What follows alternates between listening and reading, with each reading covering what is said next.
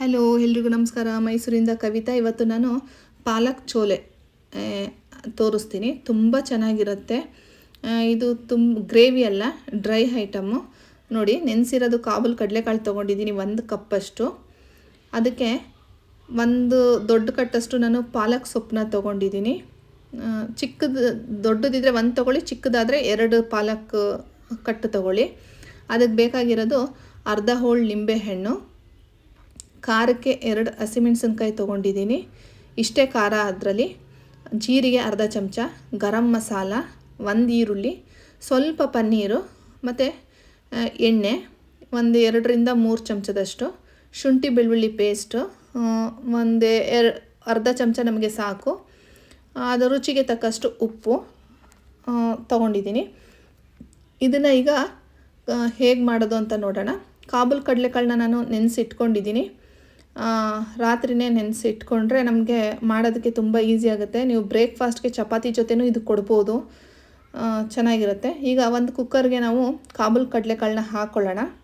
ನಮಗೆ ಕಾಬೂಲ್ ಕಡಲೆಕಾಳಲ್ಲಿ protein, iron, fibre, magnesium, zinc ಇವೆಲ್ಲ ಇರೋದ್ರಿಂದ ನಮಗೆ ಬೋನ್ ಸ್ಟ್ರೆಂತ್ಗೆ, ಬ್ಲಡ್ ಶುಗರ್ಗೆ, ಮತ್ತು ತೂಕ ವೆಯ್ಟ್ ಲಾಸ್ ಆಗೋವ್ರಿಗೆ ಇದು ತುಂಬ ಹೆಲ್ಪ್ ಮಾಡುತ್ತೆ ಅಂತಲೇ ಹೇಳ್ಬೋದು ಕಾಬೂಲ್ ಕಡಲೆಕಾಳು.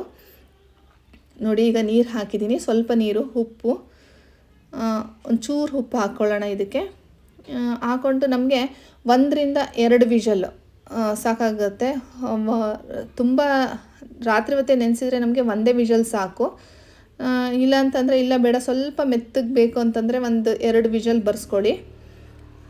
ಅವ್ರದ್ದು ಕುಕ್ಕರಲ್ಲಿ ಒಬ್ರೊಬ್ರಿಗೆ ಒಂದೊಂದು ಥರ ಆಗುತ್ತೆ, ಅದು ಹಳೆ ಕುಕ್ಕರು ಆ ಥರ ಇದ್ದರೆ.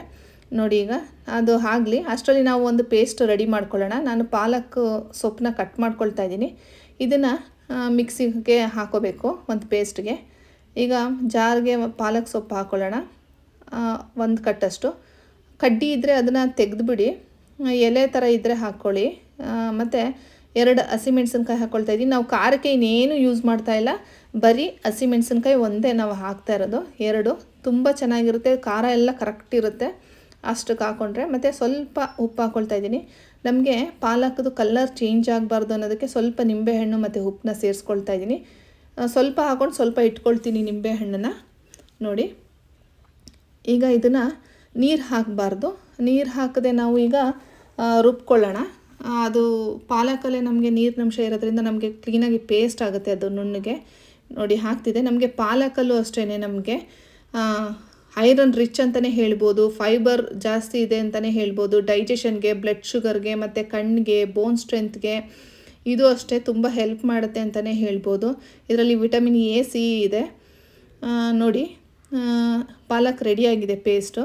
ಒಂದು ಕಡೆ ನಾವು ಕಡಲೆಕಾಳನ್ನ ಹಾಕಿದ್ದೀವಿ, ಒಂದು ಕಡೆ ಪೇಸ್ಟ್ ರೆಡಿ ಮಾಡ್ಕೊಂಡಿದ್ದೀವಿ. ಇನ್ನೊಂದು ಕಡೆ ನಾವು ಪ್ಯಾನ್ ಇಟ್ಕೊಳ್ಳೋಣ. ಈಗ ಒಂದು ಕಡಾಯಿ ಇಟ್ಕೊಂಡು ಅದಕ್ಕೆ ಎಣ್ಣೆ ಹಾಕ್ಕೊಳ್ಳೋಣ.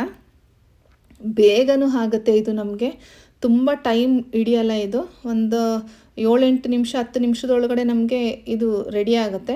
ನೋಡಿ, ಈಗ 3 ಚಮಚದಷ್ಟು ನಾನು ಎಣ್ಣೆ ಹಾಕ್ಕೊಳ್ತಾ ಇದ್ದೀನಿ. ಇದು ಸ್ವಲ್ಪ ಕಾಯಿಲಿ, ಅದಕ್ಕೆ ಒಗ್ಗರಣೆ ಮಾಡ್ಕೊಳ್ಳೋಣ. ನಮಗೆ ಎರಡು ರೆಡಿಯಾಗಿದೆ. ಈಗ ಕಾಬೂಲ್ ಕಡಲೆಕಾಳು ಮತ್ತು ಪೇಸ್ಟ್ 2 ರೆಡಿಯಾಗಿದೆ. ಅಷ್ಟರಲ್ಲಿ ನಾವೀಗ ಒಗ್ಗರಣೆ ಮಾಡ್ಕೊಳ್ಳೋಣ. ಇದು ಕಾದಿದೆ. ಈಗ ಜೀರಿಗೆ ಹಾಕ್ಕೊಳ್ಳೋಣ, ಅರ್ಧ ಚಮಚದಷ್ಟು ಒಗ್ಗರಣೆಗೆ.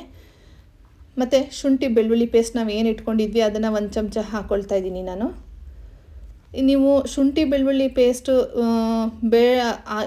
ಈ ಥರ ಹಾಕೊಳ್ಳೋರು ಹಾಕ್ಕೊಳ್ಳಿ, ಇಲ್ಲಾಂದರೆ ಚಿಕ್ಕದಾಗಿ ಕಟ್ ಮಾಡಿ ಶುಂಠಿ ಬೆಳ್ಳುಳ್ಳಿ ಪೇಸ್ಟ್ನ, ಬೆಳ್ಳುಳ್ಳಿನೂ ಚಿಕ್ಕದಾಗಿ ಶುಂಠಿನೂ ಚಿಕ್ಕದಾಗಿ ಕಟ್ ಮಾಡಿದ್ರೆ ಅದು ತುಂಬ ರುಚಿಯಾಗಿರುತ್ತೆ.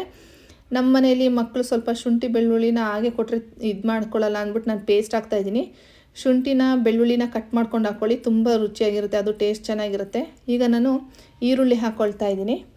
ಇದನ್ನು ಅಷ್ಟೇ ತುಂಬ ಫ್ರೈ ಆಗೋದೇನು ಬೇಡ, ಅದೊಂದು ಸ್ವಲ್ಪ ಲೈಟಾಗಿ ನಮಗೆ ಕಲರ್ ಚೇಂಜ್ ಆದರೆ ಸಾಕು ಈರುಳ್ಳಿದು. ಈಗ ಆಗ್ತಾಯಿದೆ ನೋಡಿ, ಇದಾಗಿದೆ. ಈಗ ಇದಕ್ಕೆ ಇಷ್ಟಾದರೆ ಸಾಕು ನಮಗೆ. ಈಗ ನಾವು ಕಡಲೆಕಾಳು ಬೆಂದು ರೆಡಿಯಾಗಿದೆ ಅದನ್ನು ನಾನೀಗ ನೀರನ್ನ ಸಪ್ರೇಟ್ ಮಾಡಿ ನಾನು ಕಡಲೆಕಾಳನ್ನ ತೊಗೊಂಡಿದ್ದೀನಿ. ನೋಡಿ, ಇಷ್ಟು ಬ್ರೌನ್ ಆದರೆ ಸಾಕು, ಆಗಿದೆ. ಹೈ ಪ್ರೋಟೀನ್ ಅಂತಲೇ ಹೇಳ್ಬೋದು ಇದು. ಇದು ಲಂಚ್ಗೂ ನೀವು ಕೊಡ್ಬೋದು, ಹಾಗೇನೂ ತೊಗೋಬೋದು. ನೋಡಿ ಕಡಲೆಕಾಳನ್ನ ನಾನು ಸೇರಿಸ್ಕೊಳ್ತಾ ಇದ್ದೀನಿ. ಚಪಾತಿ ದೋಸೆ ಜೊತೆನೂ ಕೊಡ್ಬೋದು. ಗ್ರೇವಿ ಥರ ಇರಲ್ಲ ಇದು, ಹಂಗೆ ಡ್ರೈ ಆಗೇ ಇರುತ್ತೆ, ತುಂಬ ಚೆನ್ನಾಗಿರುತ್ತೆ. ಈಗ ಇದನ್ನು ಅಷ್ಟೇ ಒಂದು 2 ನಿಮಿಷ ನಾವು ಜಸ್ಟ್ ಹಂಗೆ ಫ್ರೈ ಮಾಡಿದ್ರೆ ಸಾಕು. ತುಂಬ ಹೊತ್ತು ಅದನ್ನೇನು ಫ್ರೈ ಮಾಡೋದೇನು ಬೇಡ, ನಮಗೆ ಬೆಂದಿದೆ. ಜಸ್ಟ್ ಮಿಕ್ಸ್ ಆದರೆ ಸಾಕು ಈರುಳ್ಳಿ ಜೊತೆ ನಮಗೆ. ಈಗ ಇದಾಗಿದೆ.